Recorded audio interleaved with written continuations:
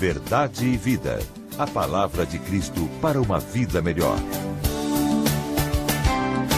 Eu quero tratar com você no programa de hoje sobre um dos assuntos mais sérios, mais graves, mais contemporâneos e mais oportunos da agenda da família e da igreja brasileira nestes dias. Eu quero conversar com você sobre a questão dos falsos profetas.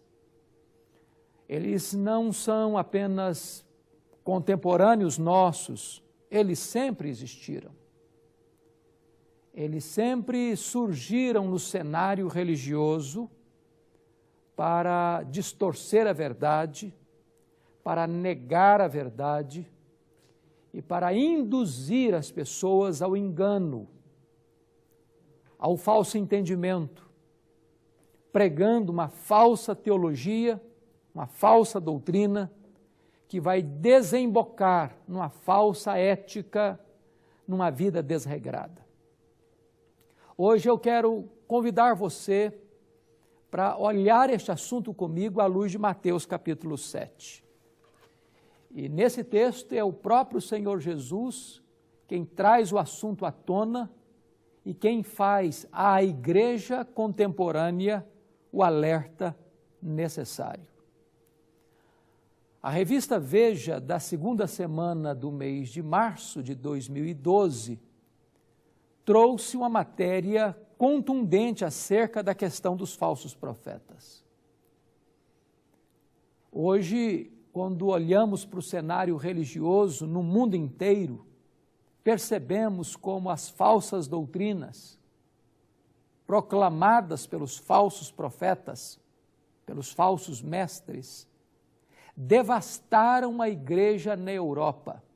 Hoje, aquele velho continente é considerado um continente pós-cristão. Aquele mesmo reduto evangélico protestante que enviou missões para o resto do mundo num compromisso sólido com a palavra de Deus. Hoje, enxerga suas igrejas vazias, seus templos sendo vendidos para se transformarem em boates, em bares, em museus e em mesquitas muçulmanas.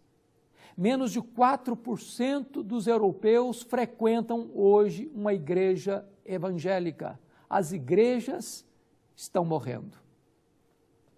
E o que mata uma igreja não é a perseguição, não é a pobreza.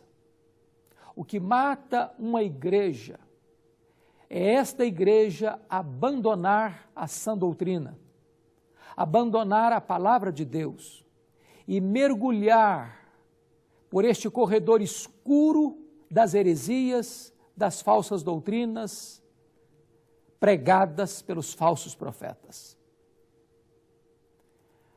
Dois elementos concorrem para este fator triste, lamentável, do esvaziamento das igrejas, da proclamação e disseminação do erro.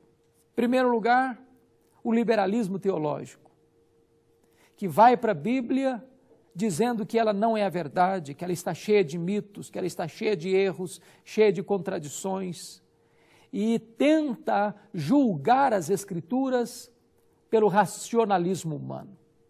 A outra vertente é o sincretismo, é a mistura de crenças, é o misticismo, é apenas mudar o rótulo do paganismo e dar um rótulo cristão, mas manter este mesmo povo prisioneiro da ignorância, do misticismo, de práticas, cerimônias e rituais oriundos, muitos deles, do paganismo. Hoje eu gostaria que nós olhássemos esse assunto à luz de Mateus capítulo 7. Jesus Cristo fala nesse texto sobre falsos caminhos, o caminho largo e o caminho estreito, mostrando que o caminho largo conduz à perdição. Jesus Cristo fala sobre os falsos profetas que vêm travestidos de ovelhas. Jesus Cristo fala de falsos crentes, aqueles que dizem Senhor, Senhor, mas não praticam a verdade, não andam na verdade, vivem uma vida de iniquidade e pecado. Jesus Cristo fala dos falsos fundamentos, daqueles que constroem a sua casa na areia. Neste contexto é que Jesus Cristo, no capítulo 7, verso 1, diz: não julgueis, para que não sejais julgados. Muitas pessoas pensam que, sendo assim, nós nunca podemos julgar um pregador, nem a sua mensagem, para não incorrermos na transgressão deste preceito estabelecido por Jesus. Será que Jesus estava querendo dizer que nós deveremos nos despojar do senso crítico, da capacidade de análise, do poder da investigação? Será que nós não estaríamos transgredindo, então, este preceito de Jesus, imitando a igreja bereana, que examinava tudo o que ouvia à luz da palavra de Deus? O que Jesus está condenando nesse texto não é investigar, examinar cuidadosa e meticulosamente o que as pessoas pregam e o que elas pregam. O que Jesus está condenando é você ter 2 pesos e 2 medidas. É você aferir o próximo com mais precisão e detalhe do que a você mesmo. É você ser implacável com o outro e condescendente com você. Porque Jesus, nesse próprio texto, diz: acautelai-vos dos falsos profetas. Como é que eu posso identificar um falso profeta se eu não exercer o elemento do julgamento, da análise, da investigação? Jesus Cristo foi claro ao dizer: acautelai-vos dos falsos profetas. Em outras palavras, eles existem, eles estão agindo, eles estão se infiltrando, eles estão entrando para dentro dos murais do redil de Deus para devorar as ovelhas de Deus. E aqui nós vamos então entender quais são as características de um falso profeta. Em primeiro lugar, um falso profeta é uma pessoa hipócrita. Diz o texto no versículo 15 que eles estão disfarçados em ovelhas, mas por dentro são lobos roubadores. Jamais nós vamos identificar um falso profeta por declarar abertamente ser um lobo, estar querendo destruir as ovelhas, pregando uma doutrina abertamente anticristã. Os falsos profetas virão com a Bíblia na mão, virão falando em nome de Deus, virão clamando pelo nome de Jesus, virão realizando as obras de Jesus. Externamente são ovelhas, aparentemente são ovelhas, mas por dentro são lobos, e lobos roubadores. Eles não vêm para servir a Deus, nem para edificar as ovelhas. Eles vêm para arrancar a lã da ovelha, comer a carne da ovelha e destruir a ovelha. Eles não são servos, eles são patrões, eles são fazendeiros para abater as ovelhas, para sugar das ovelhas, para tirar tudo das ovelhas, para explorar as ovelhas. A finalidade última de um falso profeta não é a glória de Deus, não é a verdade do Evangelho, são os benefícios próprios, é o lucro, é a riqueza, é o sucesso dele, é o nome dele, é a glória dele, em vez de ser a glória de Cristo. Ele vem escondido atrás desta capa da hipocrisia. Por fora é uma ovelha, por dentro é um lobo. Segundo lugar, diz o Senhor Jesus que nós podemos identificar um falso profeta pelos seus frutos. Uma árvore boa produz bons frutos, uma árvore má produz frutos maus. Não se pode colher figos dos espinheiros, nem frutos bons dos abrolhos. Em outras palavras, o resultado final do trabalho de um falso profeta vai ser decepção, vai ser apostasia, vai ser desengano com o Evangelho, vai ser decepção com a igreja, vai desembocar em escândalos, vai desaguar em descrédito da verdade e do Evangelho de Jesus Cristo. Porque a mentira pode ficar oculta um dia ou outro, mas Deus, que julga em primeiro lugar a sua casa, trará à tona as obras dos falsos profetas. Eles serão desmascarados. Virá à tona quem eles são, a quem eles servem, quais são seus propósitos. É o próprio Senhor Jesus quem disse: pelos seus frutos os conhecereis. Terceiro lugar, como é que você pode identificar um falso profeta? Você identifica um falso profeta porque ele tem uma falsa profissão de fé, mas ele não tem vida. Estas pessoas vão dizer: Senhor, Senhor, mas não fazem a vontade de Deus. Você não identifica um falso profeta pela maneira piedosa como ele fala, pela maneira religiosa com que ele age, pelo discurso que ele tem, pelas emoções com que ele ora e prega, mas você percebe um falso profeta pela doutrina que ele ensina. A Bíblia diz que muitas pessoas hoje estão dando veneno para o povo, em vez de estar dando ao povo pão nutritivo da verdade, que é a palavra de Deus, que é o Senhor Jesus Cristo. Lá no tempo do profeta Eliseu havia morte na panela.